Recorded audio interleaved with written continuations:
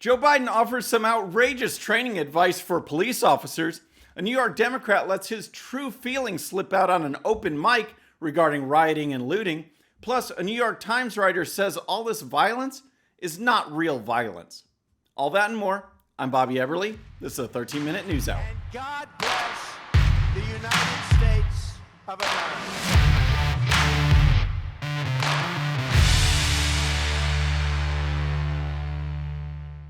All right, friends, welcome to the show. Happy Wednesday. I hope you're having a great week.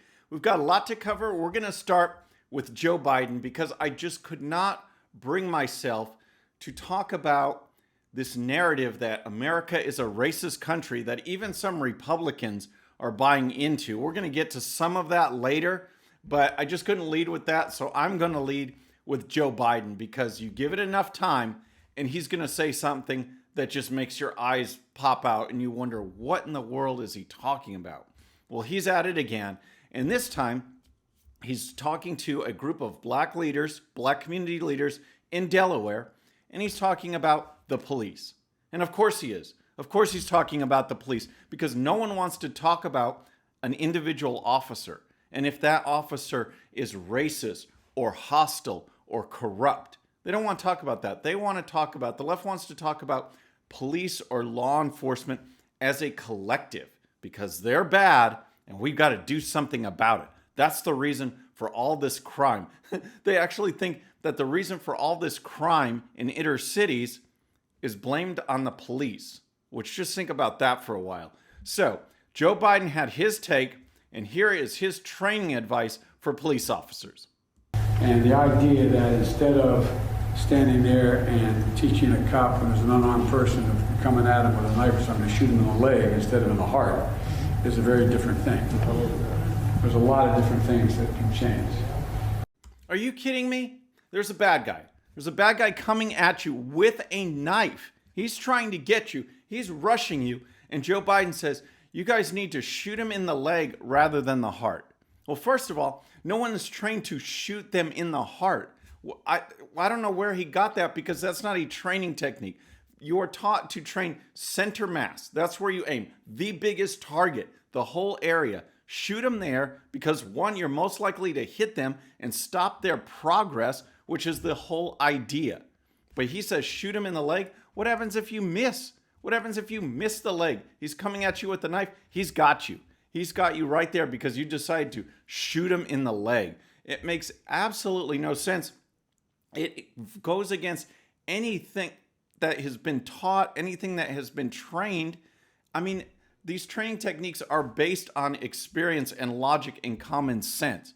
Shoot him in the leg. It's just so outrageous. And of course, law enforcement groups weren't buying it at all. And here's a report from Fox News. Former Vice President Biden's remark is not just indecipherable, an unarmed person coming at him with a knife. It's also misleading to the point of being deceitful. Bill Johnson, the executive director of the National Association of Police Organizations, told Fox News in an email. Officers are not trained to shoot somebody in the heart, as Biden says, but rather aim for the biggest part of the body so as to be most likely to hit the person presenting the threat and not hit anybody else, he said. This always includes the condition that the officer or somebody else is in peril of death or great bodily harm. And certainly someone charging at you with a knife satisfies that requirement. Makes sense to me.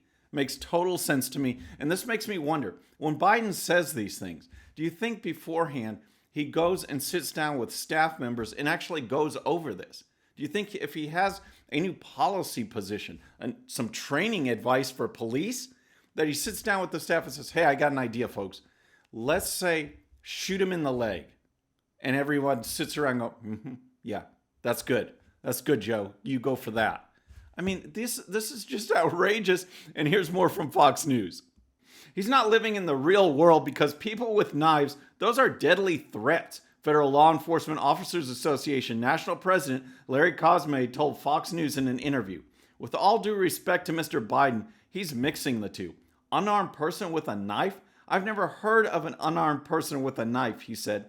Cosme noted that the time officers have between drawing their weapon in the face of an attacking threat can be mere seconds, and then a difficult shot in the leg might not even take someone down.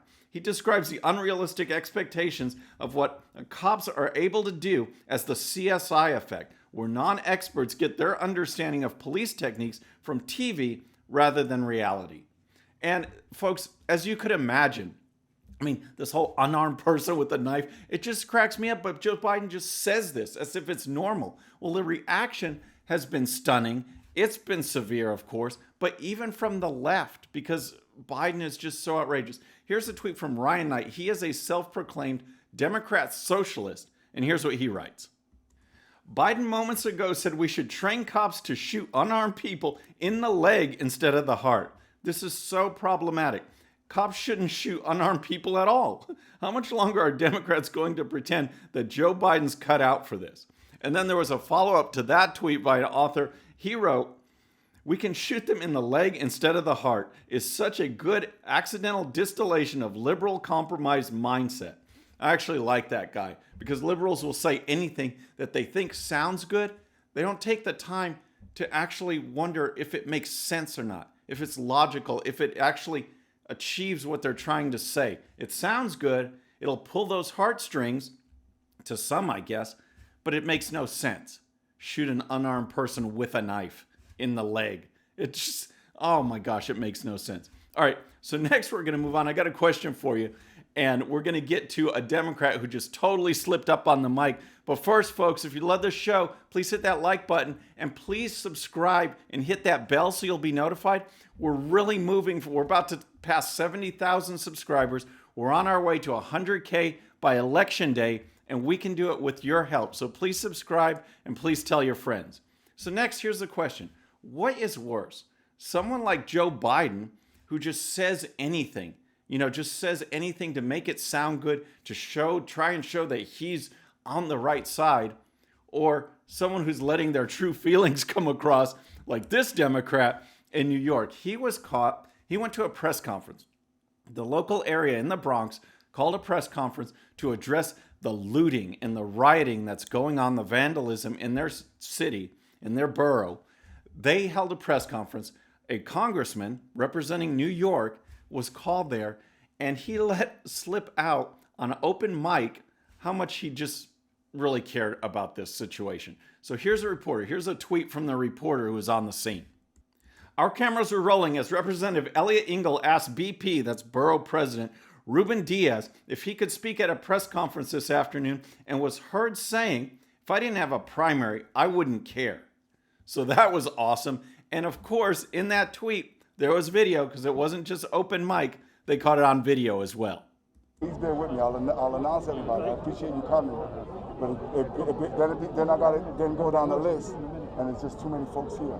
If I didn't have a primary, I wouldn't care. Say that again? If I didn't have a primary, I wouldn't care.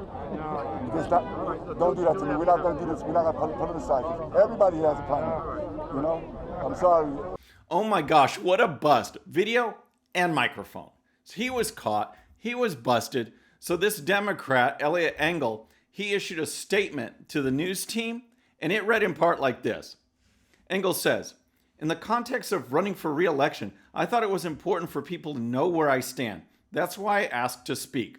Of course, I care deeply about what's happening in this country, and that's what I wanted to convey. I love the Bronx, grew up in the Bronx, lived here all my life. I would not have tried to impose on the borough president if I didn't think it was important. Are you kidding me? Give me a break. So next, we're going to talk about Nicole Hannah-Jones of the New York Times. But first, I got to tell you about my friends over at Bottle Breacher. You guys need to check them out. They are absolutely awesome. Eli Crane over there, veteran-owned company, made in America products. Go check them out. This is the very best in man gifts, groomsmen gifts, promotional items. Just go to bottlebreacher.com, use coupon code Bobby13 for 15% off your next purchase. All right, next is New York Times writer Nicole Hannah-Jones. And we've talked about her before. She is the lead author, actually a Pulitzer Prize-winning author for the 1619 Project that the New York Times spearheaded, which basically tries to label the U.S., their origin, their true national origin, as the time when slaves were first brought to this country. That the whole basis of America is built upon slavery. it has been a series that has made its way into schools, but it has been condemned and criticized by historians across the board. This person, she's also the person that when Joe Biden came out last week and said that "you ain't black" comment for those African Americans who are considering voting for Trump, she tweeted this: "There is a difference between being politically black and being racially black. I'm not defending anyone, but we all know this and should stop pretending that we don't." So in other words, she was agreeing with Biden, basically saying that you have to act a certain way, you have to think a certain way, you have to vote a certain way if you're African American. If you're not, then you're not black. That's what she said. So now she was on CBS News talking about the riots and the looting and the destruction. She was asked her opinions about that. So first she said that, the killing of George Floyd was violent, and then she added this: "Destroying property which can be replaced is not violence." And to put those things, to use the exact same language to describe those two things, I think really it's not moral to do that. I don't even know where to begin. This is just absolutely outrageous. If you destroy something, if you destroy property, guess what? That's violent. That is also illegal. When you go into someone's business, when you break down windows and doors and take things that aren't yours, that's stealing. That's illegal. That is violent. George Floyd died, but he's not the only one that's died in these riots. Other people have too. And she adds this: Any reasonable person would say we shouldn't be destroying other people's property, but these are not reasonable times. Classic. It's the times that have driven people to this, meaning it's not their fault. Meaning that the rioting and the looting and the vandalism and the killing, it's not their fault. It's the conditions. It's the times that have driven it to them. So you can't possibly blame folks for committing violence because I guess they're just out of their heads. It's just not them doing it. It's the times. They're being forced to do that. And it's so outrageous. It's just pushing a narrative. She, along with other members of the media, are pushing a narrative that does not hold up to scrutiny.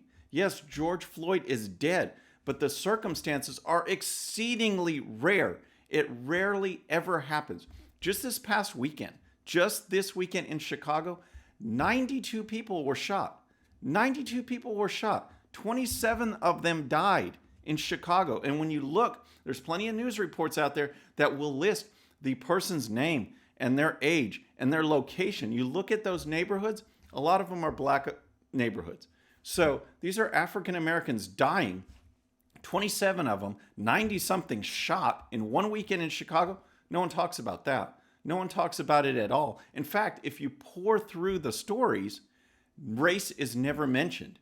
I went through 4 different sources, local Chicago and others. They name them, they list their ages, they list the neighborhoods, but they don't say the race. Why? Because that black on black isn't a story. They talk about Black Lives Matter, George Floyd matters. What about these people that are dead? It doesn't fit the narrative. Or what about David Patrick Underwood? Okay, he was a police officer. He died this week too. All right, he was standing guard outside a federal building in Oakland with a fellow officer. They were targeted. They were shot at. Underwood was killed. He is now gone, just like George Floyd. But where are the protests for him? He's just doing his job. He's shot because of this violence. No one talks about that. It is just a crazy standard, a left-wing narrative. Look at the data, investigate the people that are bad, but don't blame all of society like even some Republicans like George W. Bush and Mitch McConnell are trying to do. I'm not going to stand for that. This is individuals being racist jerks. Find them, get rid of them, put them in jail, but don't blame all of society for the problems that are going on in certain areas of the country. And certainly don't blame the violence and the looting and the destruction on the times. Give me a break. So finally, I want to end with CNN's Don Lemon, because you take a situation like this and they will always try and blame the president.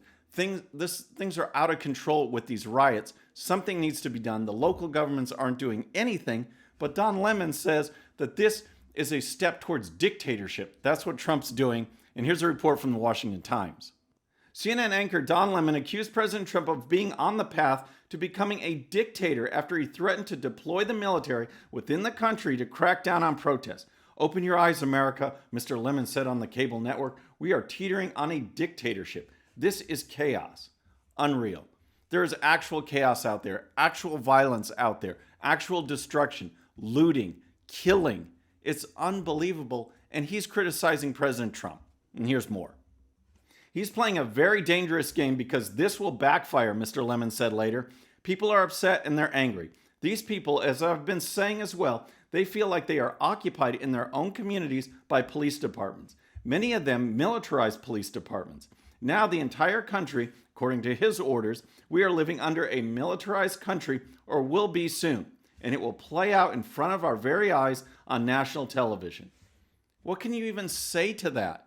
There is destruction going on, and other officials are just sitting by. You see these reports, and make no mistake, not all of these people are driven by anger and oppression. Just watch the reports. You see it. You see video after video. I've seen shop owners being dragged out into the streets, being beaten, and people laughing. They aren't angry. They're happy that they get this. It's like the movie The Purge, except that was one night of lawlessness. Now we have, going to go on weeks of it probably, and it's okay. We just sit back and let it happen. People are smiling while they do it. There's video of people rushing out of a Nike store, armed with clothes and shoes, smiles on their face. They sure aren't angry. They see this as just like a get out of jail free card, free for all, anything goes because of the times. Give me a break. And President Trump is being blamed for it. Folks, that's our show for today. I hope you enjoyed it. Please subscribe. And when you do, please hit that bell so you'll be notified. And we'll see you next time. I'm Bobby Eberle. This is the 13-Minute News Hour.